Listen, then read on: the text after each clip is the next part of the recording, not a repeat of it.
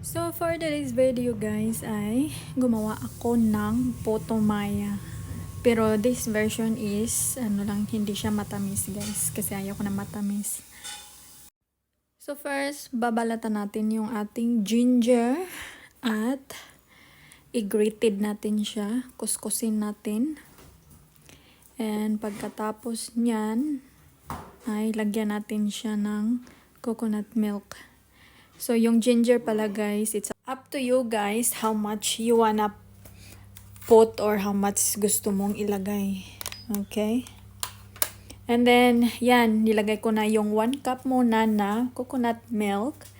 And then, i-mix ko lang siya para mahalo yung lasa ng ginger at saka yung coconut milk.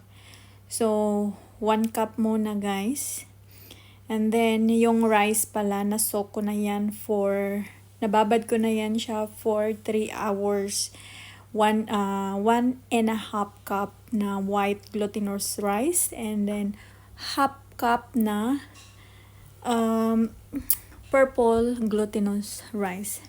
So ayan, ko pala siya, ni-strain ko pala yung ating coconut milk kasi may ginger dyan guys. But it's up to you kung gusto mong i-mix yung ginger talaga. Lagyan mo pala siya ng salt para mabalance yung kanyang lasa. At saka nilagyan ko siya, brown sugar yung nilagay ko para may kulay. 1/2 cup na brown sugar for this one. Mix nyo lang siya guys until all ingredients are incorporated. Yay, English siya.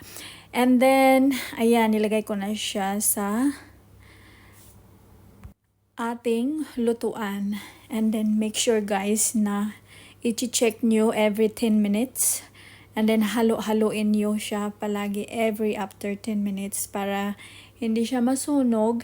And, very low, no, not very low. Medium heat at first. And then, adjust the heat for like very low. I only put like 3 kasi yung namin lutuan is by number siya, from 1 to 10. So very low talaga, nilagay ko lang siya sa 3.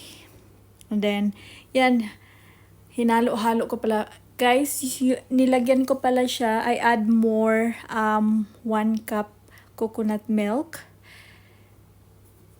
Pagkatapos niyan, halo-haloin ulit at saka takipan mo siya hanggang sa maluto. Sobrang sarap nito guys. As in, madali siyang lutuin. Kasi mix mo lang siya lahat eh. Ayan na guys, yung result ng ating Potomaya. Super sarap. Pero ako lang ang kumakain kasi ayaw nilang kainin to. Ayan guys. So ito, in the morning na pala kinain ko to. So pag nilagay mo siya sa fridge, kailangan i-reheat mo siya ng 30 minutes sa microwave or 40 minutes sa microwave. At saka yun lang guys. Thank you for watching.